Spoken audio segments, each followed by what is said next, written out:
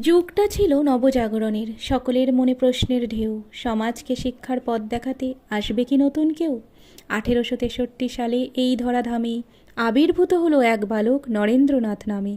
ঠাকুর আর মায়ের নরেন তিনি, ভুবনেশ্বরী দেবীর বিলে। 12ই জানুয়ারি মনুষ্যরূপ ধরি অবতারিত হলেন এই পৃথিবীর কোলে। ভয় ছিল না এতটুকু, সাহস ছিল অনন্ত। তিনি হলেন আমাদের বিশ্বনায়ক স্বামী বিবেকানন্দ। ঠাকুরের কাছে এসে তিনার পদতলে বসে জীবনের সার খুঁজে পান। যত ছিল সংশয় একে একে দূর হয়, ঠাকুরকে সঁপিলেন মন ও প্রাণ। রামকৃষ্ণ বাণী প্রচারিলেন তিনি, হইয়া সন্ন্যাসী বীর। জীবের সেবায় শিবের সেবা শেখালেন স্বয়ং শিব। রামকৃষ্ণ মিশন বেলুর মঠ সৃষ্টি শত শত, ওনার আলোয় আলোকিত হলো বিদেশ বীরভূম কত। 1902 চৌঠা জুলাই চলে গেলেন বহুদূরে নতুন পৃথিবীর খোঁজে।